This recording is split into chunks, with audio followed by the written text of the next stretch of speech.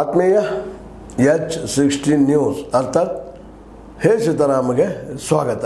ನಾನು ನಿಮ್ಮವ ಎಮೈ ಅಥವಾ ಮಲ್ಲಪ್ಪ ಜೋತವರ. ಆದ್ಮೇಲೆ ಸುಪ್ರೀಂ ಕೋರ್ಟ್ನಲ್ಲಿ ಈ ವಿಶೇಷವಾಗಿ ಅದರಲ್ಲೂ ಚುನಾವಣಾ ಸಂದರ್ಭದಲ್ಲಿ ಘೋಷಣೆ ಮಾಡುತ್ತಿರುವ ಗ್ಯಾರಂಟಿಗಳ ಬಗ್ಗೆ ಪ್ರಶ್ನೆ ಮಾಡಲಾಗ್ತಾ ಇದೆ.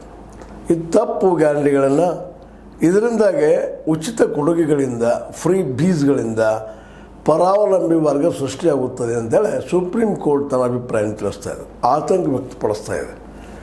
ಯಾಕಂದರೆ ದುಡಿಲಾರದ ದುಡ್ಡು ಬರ್ತದೆ ಅಂದರೆ ಯಾರು ದುಡ್ಲಿಕ್ಕೆ ಹೋಗ್ತಾರೋ, ಯಾರು ಕೆಲಸ ಮಾಡ್ತಾರೋ ಅಂತನ್ನುವಂಥ ಒಂದು ವಾತಾವರಣ ನಿರ್ಮಾಣ ಆಗ್ತದೆ. ಅದಕ್ಕೆ ತಪ್ಪು ಇಂಥ ಮಾಡಬಾರ್ದು, ಫ್ರೀ ಬೀಸ್ಗಳ ಬಗ್ಗೆ ಘೋಷಣೆ ಮಾಡಬಾರ್ದು ಅಂಥೇಳಿ ಅಭಿಪ್ರಾಯವನ್ನು ಸುಪ್ರೀಂ ಕೋರ್ಟ್ ವ್ಯಕ್ತಪಡಿಸ್ತಾ ಇದೆ. ಆದರೆ ಈ ವಿಷಯದಲ್ಲೇ ಈ ಹಿಂದೆ ಚುನಾವಣಾ ಸಂದರ್ಭದಲ್ಲೇ ದೆಹಲಿ ಹೈಕೋರ್ಟ್ನ ಕೇಳಲಿಕ್ಕೆ ಹೋದಾಗ ದೆಹಲಿ ಹೈಕೋರ್ಟ್ ಅದನ್ನು ಬದಿಗಿಟ್ಟಿತ್ತು. ಇವತ್ತು ಸುಪ್ರೀಂ ಕೋರ್ಟ್ನಲ್ಲೇ ಚರ್ಚೆ ನಡೆದದ.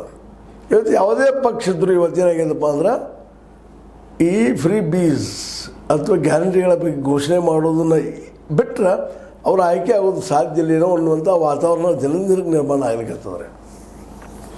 ಇದಕ್ಕೆ ಕಾರಣ ಯಾರು ಅಂದರೆ ಸ್ವತಃ ರಾಜಕೀಯ ಪಕ್ಷಗಳು, ಸರ್ಕಾರ ನಡೆಸುವವರು. ಯಾಕಂದರೆ ಇವರು ಆರಂಭದಿಂದಲೂ ಈ ಒಂದು ದಿಶೆಯಲ್ಲಿ ಉದ್ಯೋಗ ಸೃಷ್ಟಿ ಮಾಡೋ ದಿಶೆಯಲ್ಲಿ ಫೇಲ್ ಆಗ್ತಾ ಬಂದಿದ್ದಾರೆ. ಇವತ್ತಿನವರೆಗೆ ಎಲ್ಲ ಪಕ್ಷಗಳ ನಾಯಕರು, ಇದೊಬ್ಬರಿಗೆ ಸಲ್ಲುವಂಥದ್ದಲ್ಲ ಈ ಗೌರವ, ಎಲ್ಲ ಪಕ್ಷಗಳ ನಾಯಕರಿಗೆ ಸಲ್ತದೆ. ಅವ್ರು ಇದನ್ನು ಪರಿಹಾರ ಮಾಡಿದ್ರೆ ಎಲ್ಲರಿಗೂ ಉದ್ಯೋಗ ಕೊಡೋದು ಬಂದಿದ್ರೆ ಯಾರು ಯಾಕೆ ಭಿಕ್ಷೆ ಅನ್ನ ಬಿಡ್ತಾರೋ, ಪರಾವಲಂಬಿ ಆಗಬೇಕಂತ ಯಾರು ಬಯಸೋದಿಲ್ಲ. ಅದನ್ನು ನಾವು ಇಲ್ಲಿ ನೆನಪಿಸ್ಬೇಕಾಗ್ತದೆ. ಇರಬಹುದು, ಇಲ್ಲ ಅಂತಲ್ಲ. ನಮ್ಮಲ್ಲಿ ಮೈಗಳ ಸಂಖ್ಯೆ ಸಾಕಷ್ಟು ಅದ, ಮೈಗಳು ಸಾಕಷ್ಟಿದ್ದಾರೆ. ದುಡಿಲಾರ ತಿನ್ನಬೇಕು ಅಂತ ಬಯಸೋರು ಭಾಳ ಜನ ಇದ್ದಾರೆ. ಮತ್ತು ಮನುಷ್ಯನ ಸಹಜ ಸ್ವಭಾವ ಕಡಿಮೆ ದುಡಿಬೇಕು, ಹೆಚ್ಚು ಪಗಾರ ತೊಗೋಬೇಕು ಅನ್ನುವಂಥದ್ದು. ಹೀಗಾಗಿ ಇದೇನು ತಪ್ಪೇನಲ್ಲ ಹೇಳಿದ್ರಲ್ಲೇ ನಮ್ಮ ನ್ಯಾಯಾಧೀಶರ ಆದಂತಹ B.R. ಗವಾಯಿ ಅವರು, ಅಗಸ್ಟಿನ್ ಜಾರ್ಜ್ ಮಸಿಯಾ ಅವರು. ಹೌದು, ಇದರಿಂದ ಏನಪ್ಪ ಅಂದ್ರೆ ಆಲ್ಸೆಗಳ ಸಂಘ ಹುಟ್ಕೊಳ್ತದ, ಪರಾವಲಂಬಿಗಳು ಇನ್ನೊಬ್ಬರ ಮೇಲೆ ನಿಲ್ಲುವಂಥವ್ರು, ಅವ್ರು ಕೊಟ್ಟಾಗ ತಿನ್ನುವಂಥದ್ದು, ಅವ್ರು ಕೊಟ್ಟಾಗ ಬೆಳೆಯುವಂಥ ಮನೋಸ್ಥಿತಿ ಬೆಳೀತದೆ. ಇದನ್ನು ಮಾತ್ರ ಬಂದ್ ಮಾಡಬೇಕು ಅನ್ನುವಂಥ ಮಾತನ್ನು ಆಡಿದ್ದಾರೆ. ಇದು ಸಾಧ್ಯನಾ ಅಂತೇಳಿ. ಯಾಕೆಂದರೆ ಆಲ್ರೆಡಿ ದೇಶವ್ಯಾಪಿ ಆಗಿರ್ತದೆ ಇದು ಗ್ಯಾರಂಟಿಗಳು. ಜನ ಮೊದಲು 100, 200, 500, 1000 ಓಟ್ ಹಾಕ್ತಾಯಿದ್ರು. ಈಗ ಬದಲಾಗಿ ಗ್ಯಾರಂಟಿಗಳು ಯಾರು ಹಚ್ಕೊಡ್ತಾರೋ ಅವ್ರಿಗೆ ಮತ ಹಾಕುವಂಥ ಸ್ಥಿತಿ ನಿರ್ಮಾಣ ಆಗ್ಲಿಕ್ಕತ್ತದ ರೀ. ಹಿಂಗಾದ್ರೆ ಈ ದೇಶದ ಪರಿಸ್ಥಿತಿ ಏನಪ್ಪ ಮುಂದಿನ ಭವಿಷ್ಯದಲ್ಲೇ? ಈ ದೇಶದ ಭವಿಷ್ಯದ ಮಕ್ಕಳ ಗತಿ ಏನು? ಎಲ್ಲರೂ ಫ್ರೀ ಬೀಜ್ಗೆ ಹುಟ್ಟಿದ್ರೇನು ಅನ್ನುವಂಥದ್ದು. ಇದು ಹೌದು, ನಮ್ಮ ನ್ಯಾಯಾಧೀಶರು ಹೇಳಿದಂಗೆ ನಿಜವಾಗ್ಲೂ ತಪ್ಪಲ್ಲ. ಫ್ರೀ ಬೀಜ ಕೊಡೋದು ತಪ್ಪು, ದುಡ್ಡು ಮಾಡ್ರಿ ಅಂತೇಳಿ. ಆದರೆ ದುಡಿಲಿಕ್ಕೆ ಹೋದ್ರೆ ಉದ್ಯೋಗಗಳಿಲ್ಲಲ್ಲ ಅನ್ನುವಂಥ ಮಾತು ಬಂದಾಗ ಕೆಲವು ಅಧಿಕಾರಶಾಹಿ ಜನ ಅಂತಾರೆ, ಇಲ್ಲ ನಮ್ಮ ಜನ ದುಡಿದಕ್ಕೆ ಒಳ್ಳೆ ಅಂತಾರೆ, ಮಾಡ್ತಾರೆ, ಹೆಚ್ಚು ದುಡಿದಕ್ಕೆ ಬೇಡ ಅಂತಾರೆ. ಹೀಗಾಗಿ ಈ ಕೆಲಸ ಮಾಡಲಾರಂಥ ಜನ ಮನೋವೃತ್ತಿಯವ್ರು ಭಾಳ ಇದ್ದಾರೆ ಇಲ್ಲಿ ಅನ್ನುವಂಥ ಮಾತು ಮಾತಾಡ್ತಾರೆ. ಅದು ಕನ್ನಡ ಸುಳ್ಳೇನಲ್ಲ. ಕೆಲಸ ಕಡಿಮೆ ಫುಲ್ ಪಗಾರ ಬರಲಿ ಅಂತ ಭಾಳಷ್ಟು ಜನ ಇದ್ದಾರೆ. ಇವತ್ತು ಮ್ಯಾಕ್ಸಿಮಮ್ ಸರ್ಕಾರಿ ನೌಕರರೆಲ್ಲ ಹಂಗಾದರೆ ಕೆಲಸ ಕಡಿಮೆ ಫುಲ್ ಅಧಿಕಾರ ಅನ್ನುವಂಗೆ. ಪಗಾರ ಸಾಕಷ್ಟು ಇರ್ತದೆ, ಸಂಬಳ ಸಾಕಷ್ಟು ಇರ್ತದೆ, ಅದ್ಮೇಲೆ ಗೇಮ್ಗಳು ಒಂದು ಸಂಬಳ ಜೋಡಿ ಗೇಮ್ಗಳು ಒಂದು. ಹೀಗಾಗಿ ವಿಶೇಷವಾಗಿ ಏನಾಗಿದೆಪ್ಪ ಅಂದರೆ ಇವತ್ತು ಈ ಪರಾವಲಂಬಿ ಜೀವಿಗಳ ಸಂಖ್ಯೆ ಹೆಚ್ಚಾಗ್ತಾ ಇದೆ ಅನ್ನೋದು ಒಂದು ವಾದದ. ಈ ವಾದದಲ್ಲಿ ಸತ್ಯಾಂಶ ಅದ. ಹಾಗಾದ್ರೆ ಮುಂದೆ ಇದಕ್ಕೆ ಪರಿಹಾರ ಏನು ಅಂಥೇಳಿ ಪ್ರಶ್ನೆ ಸಹಜ ಬರ್ತದೆ. ಯಾಕಂತಂದ್ರೆ ಆಗ 500,000 ಕೊಟ್ಟರೆ ಆಯ್ಕೆ ಆಗ್ತಿದ್ರು.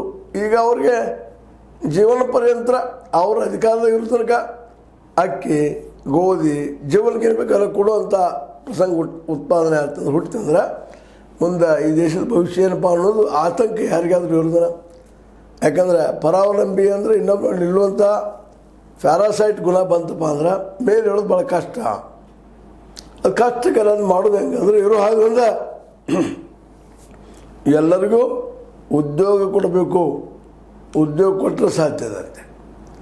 ಯಾಕಂದರೆ ಉದ್ಯೋಗ ಕೊಟ್ಟ ಮೇಲೆ ದುಡಿಲಿಲ್ಲ ಅಂದ್ರೆ ಅದು ಬೇರೆ ಶಿಕ್ಷೆ ಅದ. ಅದಕ್ಕೆ ಕೊಟ್ಟ ಕೆಲಸವನ್ನು ಮಾಡಲಿಲ್ಲ ಅಂದರೆ ಶಿಕ್ಷೆ ಹಂಗೆ ಶಿಕ್ಷೆ ಇಡಬೇಕಾಗ್ತದೆ. ಯಾಕಂದರೆ ಈ ಒಂದು ದಿಶೆಯಲ್ಲೇ ಸರ್ಕಾರ ಇದು ಯೋಚನೆ ಮಾಡಬೇಕಾಗಿದೆ. ಹೌದಪ್ಪ, ಒಂದು ಶಾಶ್ವತ ಪರಿಹಾರ ಏನು? ಉದ್ಯೋಗ ಸೃಷ್ಟಿ ಮಾಡೋದಕ್ಕೆ ಇಲ್ಲಿವರೆಗೆ ಇದ್ದಂಥ ಸರ್ಕಾರ ಪ್ರಯತ್ನ ಮಾಡಿದಾರಿಲ್ಲ ಅಂತಲ್ಲ, ಆದರೆ ಕ್ಷೇತ್ರ ಆಯ್ಕೆ ಮಾಡಿಕೊಳ್ಳುವಲ್ಲೇ ನಮ್ಮ ಸರ್ಕಾರಗಳು ಎಡವಿದವು ಅಂತೇಳಿ ಅನ್ನೋದು ಸ್ಪಷ್ಟ ಆಗ್ತಾಯಿದೆ. ಯಾಕಂದರೆ ನಮ್ಮಲ್ಲೇ ನಾವು ಅಷ್ಟು ವೈಜ್ಞಾನಿಕವಾಗಿ ತಾಂತ್ರಿಕವಾಗಿ ಮುಂದುವರೆದವರಲ್ಲ. ತಾಂತ್ರಿಕ ಅಂದರೆ ಇಲ್ಲಿ ಮಂತ್ರ ಮಾಟ ಮದ್ದ ಚೀಟಿ ಚಿಪಾಯಿ ಮಾಡೋದಲ್ಲ. ಮಾಂತ್ರಿಕ ಅನ್ನೋದು ಬೇರೆ ಅರ್ಥ, ತಾಂತ್ರಿಕ ಅನ್ನೋದು ಬೇರೆ ಅರ್ಥ. ತಂತ್ರಜ್ಞಾನ ಹೊಂದವರು ಭಾಳ ಕಡಿಮೆ, ವಿಜ್ಞಾನ ಸರಿಯಾಗಿ ಓದಿದವರು ಭಾಳಷ್ಟಿದ್ದಾರೆ.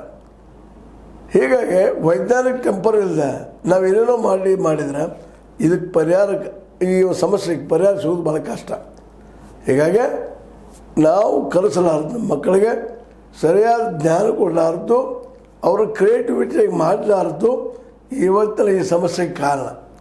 ಅವರೆಲ್ಲ ವೆಲ್ ಎಜುಕೇಟೆಡ್ ಕಲ್ತಿದ್ರೆ ಅಲ್ಲಿ ಏನು ಕಲಿಬೇಕು, ಏನು ಬಿಡಬೇಕು ಅನ್ನೋದು ಗೊತ್ತಾಗ್ತದೆ. ಇವತ್ತು ನಮಗೆ ನೋಡ್ರಿ, ನಿಮಗೆ ಗೊತ್ತಿದ್ದಾಗ ವಿಶೇಷವಾಗಿ ಆರ್ಟ್ಸಿಗೆ ಸಂಬಂಧಿಸಿದ ಹುಡುಗರು ಏನೆಲ್ಲ ಕಲಿಬೇಕಾಗ್ತದೆ. ಅದಕ್ಕೆ ಅವ್ರಿಗೆ ತಕ್ಕಂಥ ಉದ್ಯೋಗಗಳು ಏನಿದಾವ? ಭಾಷೆ, ಸಮಾಜ ಜ್ಞಾನ, ಅದರ ಜೊತೆಗೆ ಇನ್ನುಳಿದ ಒಂದು ಸಾಮಾನ್ಯ ಪೌರ್ಣೀತಿ ಇಂಥವೆಲ್ಲ ಬಿಟ್ಟರೆ ಇವತ್ತರಷ್ಟೇ ಕಲಿಯೋದ್ರಿಂದ ಇದು ಎಷ್ಟು ಮಟ್ಟಿಗೆ ಲಾಭ ಆಗ್ಬೋದು, ಕಲಿಕೆಗೆ ಲಾಭ ಆಗ್ಬೋದು. ಅದರ ಉದ್ಯೋಗ ಸೃಷ್ಟಿಗೆ ಮುಖ್ಯ ಅಂದರೆ ಉದ್ಯೋಗಗಳ ಪ್ರೊಫೆಷನಲ್ ತಕ್ಕಂಗೆ, ಉದ್ಯೋಗ ತಕ್ಕಂಗೆ ನಮ್ಮ ಮಕ್ಕಳು ತಯಾರು ಮಾಡಬೇಕು. ಅದು ನಾವಲ್ಲಿಲ್ಲ. ಹೈಯರ್ ಎಜುಕೇಷನ್ ಮಾಡಿಸ್ಬೇಕು, ಅದು ಕಡಿಮೆ ಆಗ್ಯದ. ಟೆಕ್ನಿಕಲಿ ವೈಜ್ಞಾನಿಕವಾಗಿ ಟೆಂಪರ್ ಹೆಚ್ಚು ಮಾಡಿಸುವಂಥ ಉದ್ಯೋಗ ಸೃಷ್ಟಿ ಮಾಡ್ಕೊಳ್ಬೇಕಾಗಿದೆ, ಅದಿಲ್ಲ.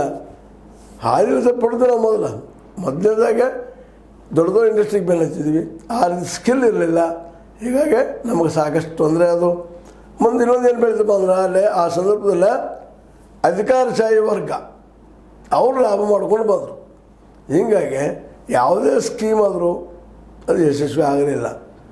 ನಂತರ 90ರ ದಶಕದಲ್ಲೇ ಬದಲಾಯಿತು. ನಿಮಗೆ ಗೊತ್ತದ, 90ರ ದಶಕದಲ್ಲೇ ಓಪನ್ ಮಾರ್ಕೆಟ್ ಬಂದ ನಮ್ಮಲ್ಲೇ.